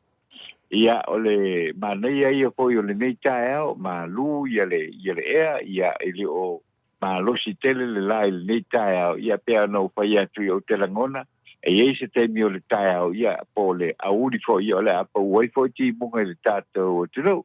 Ai o le tūlanga mātango fien la, ia ua iai fo ia lo tātou atunu I Samoa I le teimi le nei a lau a fionga to le poa ma lau sunga lu nei tae au. Malo fo I te sano whātupu I lau a fionga le atatano te sa ia o leo whaafunga tu fo ia paanga o le tātou mauto Samoa vi ingo le tua e me se evi le tātou pokalame le Maleifua mai le nei tae au mātango fie. Ia sula le alofa malanga leo le tua ia fa penanta to tata noa ia a misi fo iona e tatu telefon o ta noa wa aru na te mi fa ma manga nei meu pepelo io ia sa fa iona Tei tore fo tei tore fo wa ia sa un fo ima sa o ia sa o kilo fo lai lungo le apio fo linga tae nei ia o lo ia ni ni sio li poti fo ia mai to tono le parlamento ile vai tau ton wale na tau tanga lua fe lua tasi lua fe lua ia male lua fe lua tolu sa ia o lo ia fe la fo inga to tono le parlamento ia e sa ufo ia o le mea lava fo mai tasi o le sa no o le sui pa pe mai ia what a few le mea tu inga o te ita I lo te pelo o ka fiu o pa malulu atu lo fionga le fomo que talai wa fiu e a voi il mele o tu inga so o te pelo ia a le o ka ko vai umai ai le a o vai umai le tunu I tulanga le to le fo ole me o te langona te tau a fa maoni uma tai tai o le tātou tunu fa mole sava vali ese mai I mea ia fa pe mai o a foi o le pepelo mla wala exactly what is happening ile meu tele polanga po ile a tele polanga ele fa maoni lo faina nela na pe ole na tau tala no a to ile so po ile o fionga to le foi ile mafu angole o le a mata ona fa tu la ia se solo te ale vaenga le ale SSIG o le te man tua le ya to le ko e le te mi po le wala kalaka mai tato fainga pano te tele lua ka meletas o le te mi nasa a nga ia le vaenga le o le sasa ia nga le pe o le tau tu le pa le SSIG i le meo le tau fa meo mesa fina mai e fo ina to mesa fina mai e fo ila to fo ile lewa pa pe wa ave fanua ia o tulanga uma fa penga o fa ele me o fa ka ia seina le la wo me termine lua fe malto e tātou te iloa ele mo ia nā whaamatalang. O le lava o lo tau mo whai pēr le tai o le vaenga whaapufai le mālo le te mile nei. Ia a fwoi le e whai a matua ia mea. Whai am whaapea mai ama e whaapea ia le tai o le HRPP ia o le ia ma le HRPP. Se ia mena ma o tau mawhai a koe le fionga ia tūle. Fionga ia tūle. Pa tau mawhai tau e wha sao uma mai me fionga le o tātou do uma. Wama kwa le sao o sia ua na whai ki o hoi lele. O tai o le tātou o tuno. A le solo musa mai i le tau wha se i le tātou o tuno. E o tūnanga nā hoi lele. Ia wā ia ula vai ia. O rea hoi. Ia sa tātou mana tu uma hoi teni ia e manei hoi pe Asian swing. Ina o tūlai mai. Al pala vela. O swinga hoi lele whai lungo tūlanga hoi lele o tele o tala ele sao mara tala ele mon. E whaasa sei nai te mamalu o lea tunu. Ia lela tātou wa ai nei la ia wa tele tangata ele fia. Whapena ai hoi la male sasa le SSIG le no taua. Lea u whai le latou tautinonga o le ato e alu le latou sol te. O le alu le sol te. Ia ona ua matua i fiu i le afo i le tūlanga le o le tautala i le mea e le moni. Ai manatu fo i le a vea ma me moni. Ai le mwhaia e le mawhaia o ne a vea se me pepero o se mea moni. O le mea moni fo i le mwhaia o na a vea se me pepero i sistemi o i luma. Langa o le tūla pono na tua. Ma le atua, le tātou te ola masi i le nei lalurangi. O le mea moni, o le mea fia i le atua, o le mea peperu, o le mea fia i sātan. A le tātou te, o le tātou te i le soi kuanga tau mawhai. Ia tātou muli ta ia le whātou nunga lo tātou wali whaola pe o nā fio mai i le nei lalurangi. Ia ma le atua malona sinangana. Iwa penau na ola umalana whanau i lea mio tong. A ele mwhaialanga ola lea mi, ele mwhaialanga ola le whanau o lea tua i lea mio tong. Pea whapea e pepelo. E pepelo le te leo. Ua o le pelo o le pepelo le nā hoi. Ia atonu e le lei. I se teimi a e le lei. I le unga o mea u. I ele utato i loa le unga o i ele meo le. O le pepelo, se so o malenga oi. E so o mare futio tangata. E o tūlanga umana, ko i lele ongo o, i el tātou soifua, tole a fua, ua ta whaopopo atu i lo finangalo fo i le nei tae. Moine ne ia ta noa, ai le sau tātou tala fo. Ia, pei whaina le uso whasalau le a sabea. Ia, e le ngate le pepero ne tangata. O le loto le hanga. Ia e matua ke ofo au se tangata e whaatusu sina le loko le anga nei tangata. Lea lao ni tangata ni o sabea. Wa omana whaamao nia lona pepelo ni tulafono ni sila. Whaamao nia malona ngaoi. Mena nei whina whamatalanga. E whape whea o na on tangata ngaoi ma tangata tala pepelo. Le mena na le watupu ai le vevesi. Lea lawa whanongo na le SSIG por sasa yanga. Le awa toi hae, o i ro koe sau ile nganga a le tua, e toi whamanatu. O tangata nei sa lato matua i whaitua ina le whai ngā māloa tu leipa i o tātou whanua. O le aime lewa tupu mai, le wali ua. Wa toi tu mai lava le nganga le tua. E toi fo i mai whaasau. Ale la toi fo i mai atanga te whaasau ata tanoa. O a wala ia le tua. O tangata uma na se. Ale wa toi fo i mai toi whaasau. Le wa toi fo i mai. Pa ngā le au whaasala lau le nei. Ti nana lau toi loa se me la whare malo. A lai whaawau. La me le whatai ta ila toi le SSH. Wale ke i la tau lava tangata taito tasi. A me se lava le whatalenga le ya tunga vai ya. Tu lau wa por sa au le suaf. Ese le lei. Talon tu la i mai le matai lea ya por tai lea le. Por se por ya whare o tusi lea. Talon tu la i mai ya tunga vai ya le. Tu lau wa tunga vai ya ta au le suafa. Te le lava swinga. Yoe. Wale tilo nei ya le tai.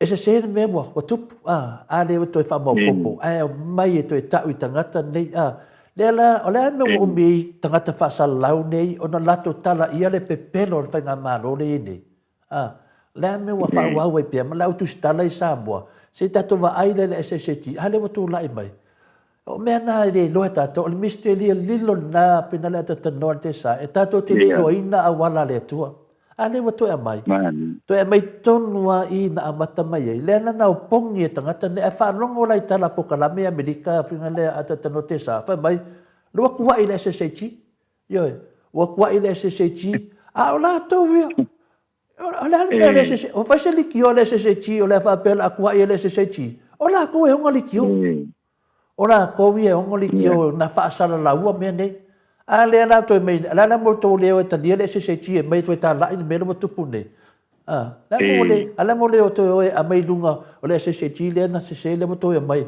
asia la ola to vi o luko fe ai o ofu ma moi an ma kwa pe pelo ni tanga ta pasalau e ta to te le po le ai wai le sta to me ma wai ai la le me ta te la pata ai na fai so nga venga ta o tu ai te minei tanga ta o mai fe la to pokala me to liu to fa ba ai le se le wa ai mai to mai to fa matala le wa to mai e o mai e fa matala le se na to fa fato ese le tua e ia wala wia finale ata tanoa fa fe tai le nei tai le o tu lai mai wa su ye le SSH me tonu ia ai se o va ngai ye sole me la le o ni ta to polete le na e ta to fa no no ai Paulo mea ia fa matala e le au ngā na mai tangata pepelo e tā lai mei a tātou e ngā tātou atu e tā lai atu i lau pepelo ia li ua fa manatu i tia pau wale mea to te maua le surupanga na le nganga li ua nei yoe sana mō no mo le atua o mai e tā lai o le whai ngā mālo le tu le mea nei be ese le soli wha vai soli tu la fono se te whai atu ata tano te sa ua toi le leili tātou atu nu le wha fonga mai le au le tātou mālo ana malele le au malo e toi foi e kilia ese le mero soli fa vai soli tu la fone le mo mia tato ma ese foi le tu ma tono tato fa vai la me ton tupu to e mau tato le fer fani le ma vai na fer fani tato tu nu se non ave ese le mak le soli fa vai soli tu la fono le foi e tupu fa salau le no ta o fa salau le o savea la ngale to tala o la unga fa salau le tim umala te mi umalava e fa manatu tangata awar tali inga tala pe pelo tangata le e to toru la fa salau le tanga ia ta tanoa le sa wanga i le malo fa tala pe pelo le malo yo e ki nga fa makala pelo malo hui me ka pingi mai ya fa pe sale ke no fa ya ko lo ke hanga i o le me ke le vai ke le lo ke hanga ia le mo so se me le tunu ya auto mo ko pelo e mawai le vai aku ia mo le le lau kau kule kikia kwa ia fie me malato fanga malong sala e se o li liu kwa e mangel pin kai kas se o kanga vai di ili lumo le tunu le tangata swafa ia ke lo pole nei ngwa ka le ale uso le ke lo fa ke so sa vela ngo o se o boe matai le okay fe ya ku ole maku ba fai kala pepelo o ia le tasi nei tangata e matua i mau tala fa solo pito le tunu mon meo le whaaleanga ingo le atunu. Iai, lai mai la tō le tātou le whaaleanga inga. Tātou te le o whaaleanga inga le whainga malo. O lea onga tuspa ia, e le seanga sala lo ke e aku leanga sala. Iai, e ke e leanga sala, e le o seanga sala. Iai, lo walo ka lai leanga sala. mo kwa over long sala longa vinga la de tanol mele ni tato temi nei o le kako ke ia ku le sala ke ia ku le fainga malo o le vinga ngal tato fa sala o le moni mau le finga pa ia le tu le la tato fa malam lama a tono le o lava le sa o le finga ringa to tofi le tu e fa malam lama mene le wa mai le tu le no tato te fa malam lama a te no e se mete fi sa no iai ya ale ai ya tato walu tato talafo Olele, partaya lau sionga tole foi tu so foi ole sauno ngai i sui fa lau le te ona ta ua. Awa elea ya se si o matou sano no foi o kilani. I New Zealand matou tele fa longo yai i mea ia. Nele te ona ta no ne sauno. Ai i la matou tilo ye. Ia pe al tu lai mai al tangata ho ilea matuale ia masanga sala. Al mela masanga o te mafau fau au ia matou nei sa no foi o. Ele ia se o matou o te loa foi koe kiki po le iwa se furu valu iwa suru iwa pasene o tangata foi le lo tato o tino eno nofo mawapa au yokilan mani usila atoa ele malamalama ile uso lea to le fo ia paua ile tulanga ia a va pe voi wanga ile ufionga ma le tato polkalan ia ilo wa manatu ia paua lea o le mea tato te faia o le toi fo ia a fo e ave malau ia na fa matalanga o ro fai anga ile polkalan me malau ufionga ia ele ai se le o iloa ia le va o le nei tangata awa sa o ilo sa no anga to le fo ia ono ono suafa tau ave ia tau ave a fo lele malamatua tua i le fia ia ono o winga la ia o fa matalanga le ute malama le leito le fo ia fo i solinga tula ono ia ngai ia o i Lucy ia ai kakele tala no fo ia awa o va ku mar soli kula fo mo le mesa fai ia le e tautala e a fo i tulanga fo ile o fa peanga ia o sa o ngai a peanga ia e a fo ia le ai o le e pia ma fe o tangata sa mo di mau ia i tulanga na patino o le au te vai fai a matusi e tangata ile tulanga ko ile lo fa fina unga le sa wai ana wile ai am se si ele ngakeli lo le va o le nei fo tangata fa sa lau to le fo ia ai o tulanga le na pe ona ia fo lau sa no ngai winga sui fa sa lau le ia ai ia ngona ia tatou te tu uai pe ia paua le mea pe ona sa no ai so uma paua le mea o le fa o le tau ia o le mesa se lai fai ia mase awala to fo ia fa le lei wa le e tatou te mana tu uma o le finanga no ai o le tua a fa le tonu le tangata e tauna wa ia mata u le mea tonu ma fai le mea sa o ma fai le mea silia tu ona le ia wa le tua ia ai telefo ia long le titio tu temi ia la tato wanga i loi tato telefo le nei tai au pa tu sai malo finanga fa tai lava sanoa ia au ia tu telefo ia ole lava sa fa ila la umalu tai au ma o fa longo ia te o ruo mto le fo ia tato fa fe tai ia fo ile sui fa salau ia ona na pine au ro maua le pini auro ia le fa meto le fo wo tu sin ngoi luma o le mon mau ia le pini auro na fo i sui fa salau ia ato ai fo i malana tautua i le atunu o le tautua e fa matala i tangata le atunu ia o tau ngā oi ia o tau poto ngā oi pe ia o tau poto pe pelo pe ia e le anga ia tu la e pai e le lana e le ngā oi nia mo yo poko la e pe nga fa ile sui fa salau le mo li mawina mai fo Samoa o tipi o tanga vai ia wile ia ai fu o mele o le o tau si ile ai ngo kipia o le fa yo ana telefo ia e anga i te te atu ia tu le e pa malvai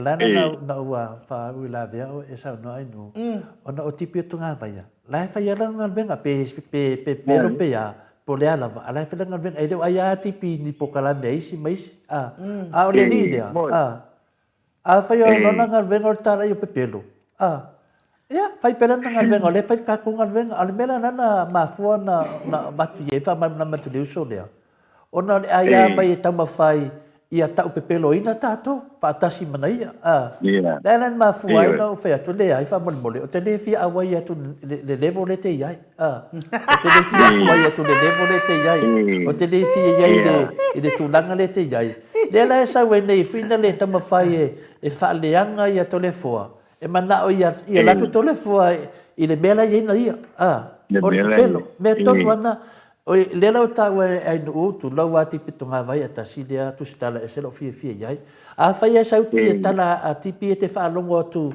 e le o fe tau vi mo e ia na ia ta tau no tanga telefona a la ti ai me la ka wona na lo fa tala pelo le mamado le atu ia le tato wo per fe a tata noa a fai mai foi tala fo ata tanoa a fa longo tangata e le make sense la to pe fa pe pelo la to ana ia fa snonga e fa pe na foi la sunga ia ngamon manga ber fiang fiang ngamon tipi tonga vai o landa foi le ia ngavenga e fa longo tu foi e pe pelo pcc ia me ana ia oi a o lo fai se tala e fa le anga e fore le si tangata tai pela le mele fai nei le sunga ia le dia oi fa dingo ko le dia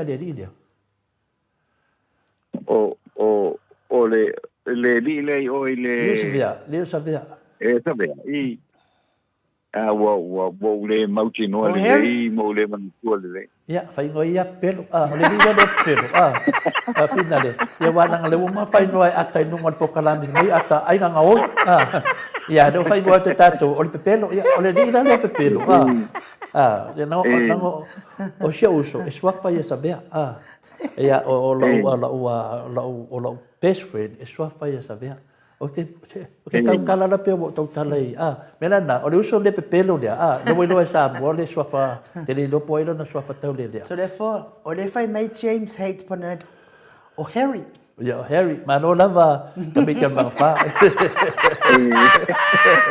James ana fa pe na tama wale uso le o le van kapoki so o bang fa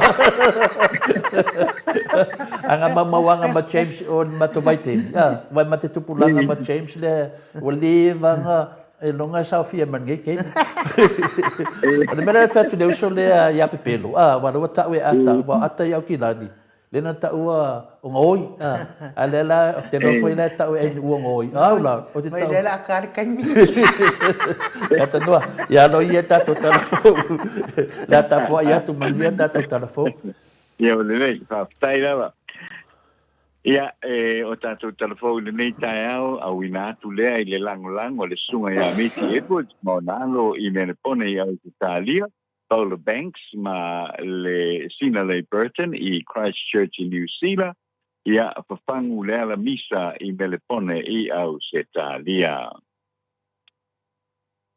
e se tusi fa ala wetele tu le pa sai le malila ngoi le pai unga le vai aso na te nei Samoa na ta wai tu le epa o Samoa e fa na mai lava le tangata Samoa ua I loa polo kiki ma o mai lava I nei ona o aso o lo o mai lava I nei ona aso o lo fa au pea o se fai unga e fatulai se tangata Maleifua o le fua o faasalanga paia ia tala te ngai ma le sori ngā tula pono o le tatau o na amatatu o faasalanga o le sala o le ave o le amatatu o faasalanga o le sala o le ave I se tangata o se lapta inga o le faasalanga tupe o le fatulai ma le fainga nuu o le whaatea o le sao ma le ainga atoa o le anga nu o le whaia o se ifonga o mea uma ia o maea o na aia ia uma I lalo whaasalanga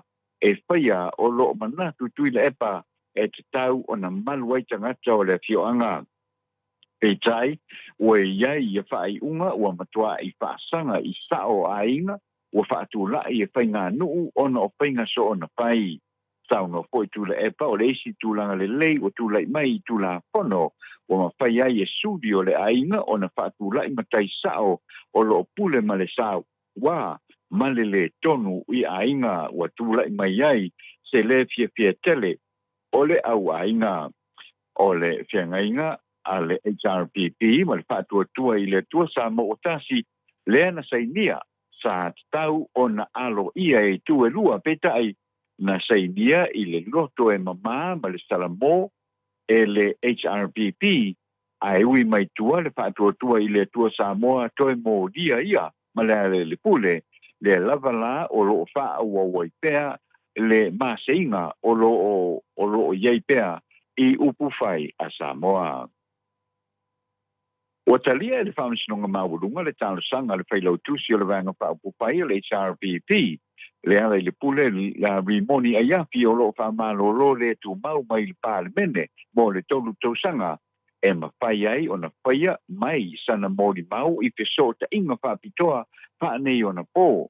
Ma whafo atu o le atu no o le ala le pule na mōria e le whaipule o le whaatua i le atua sa mō tasi lauti mu ia we le se va ai i le whaia o ni wha tō sina le ala le pule i le tū o malo o vai maunga tolu a ta pena lea i tū malo i leina whaina palo tala titi i le masina o Februari o le tausanga nei.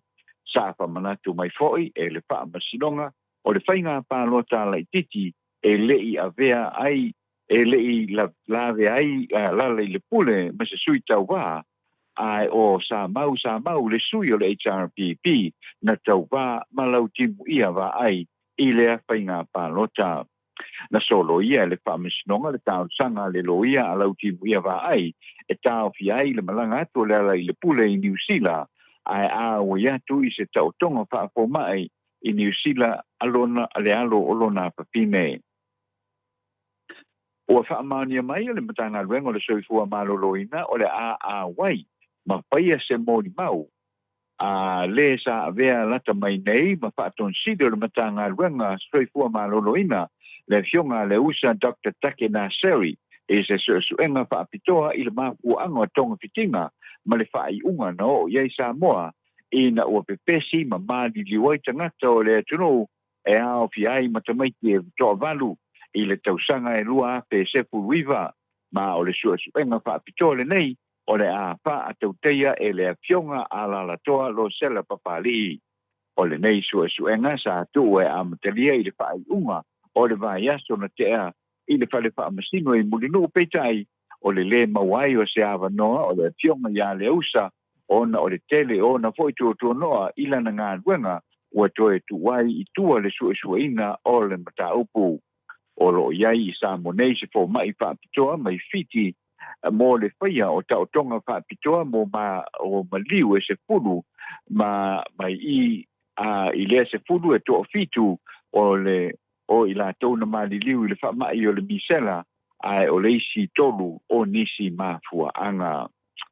O le tātou tana whaai ua whaamaonia mai le Kalesia Worship Center i Samoa le maliu ai lea o lona taitai ao i Samoa ma le larangi le sunga lea e le li apostolo sunga ia Viliamu Mafoe i New Zealand lea sa ia sa ili malosia iai o le sunga le apostolo ia Viliamu Mafoe na ia whaavaina le Kalesia Worship Center i le tausanga ia feiva se lau i fitu ma o lo ia teita ia fo i le whaala potpotonga o le Youth for Christ po tupulanga mo ke visto i Samonei o lo o whaalau teleina le talaina o le pinangalo le tua e ala i lana televise ma le leitio e tua nei le malo le sunga le apostolo fatua ono tausanga o lo na soifua pa meise atu le ngango le tua i le paletua o na alo mainga na lua tainane i kapua inga le Kalesia i so se tulimanu o le nei lalolangi.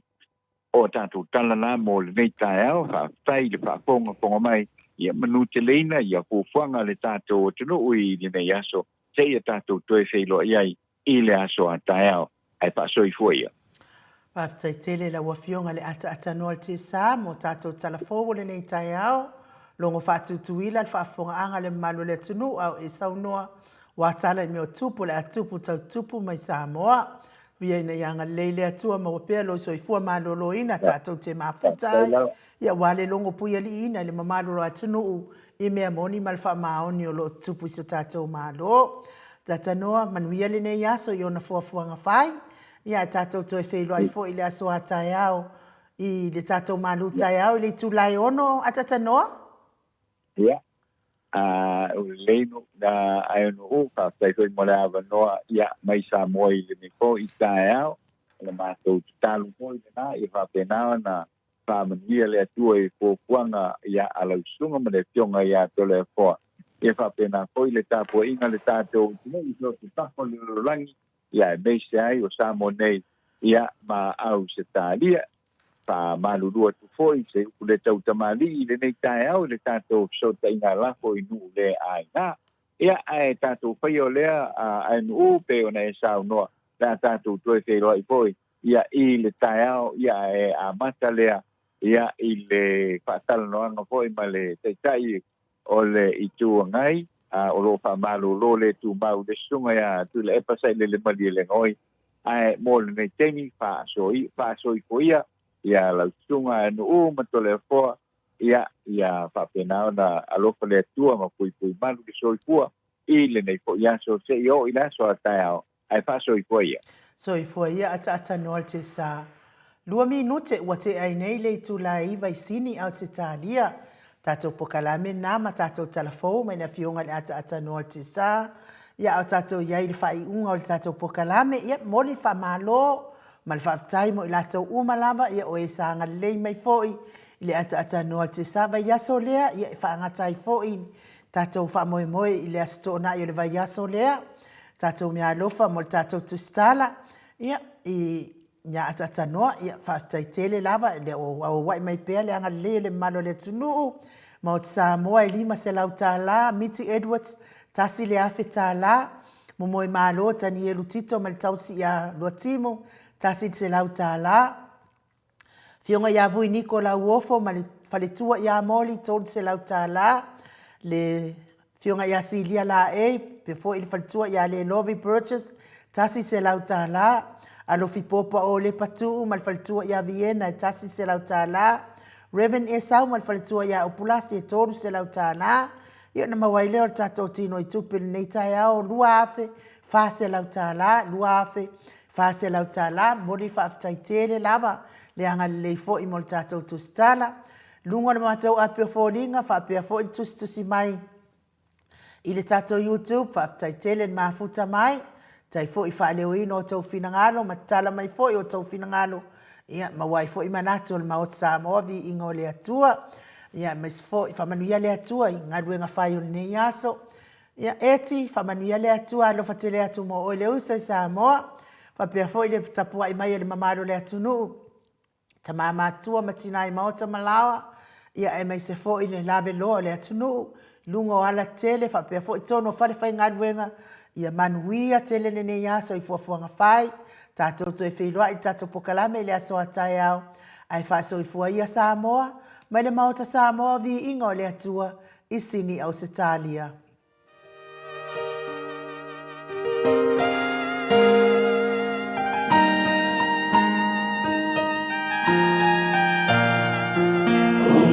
So much.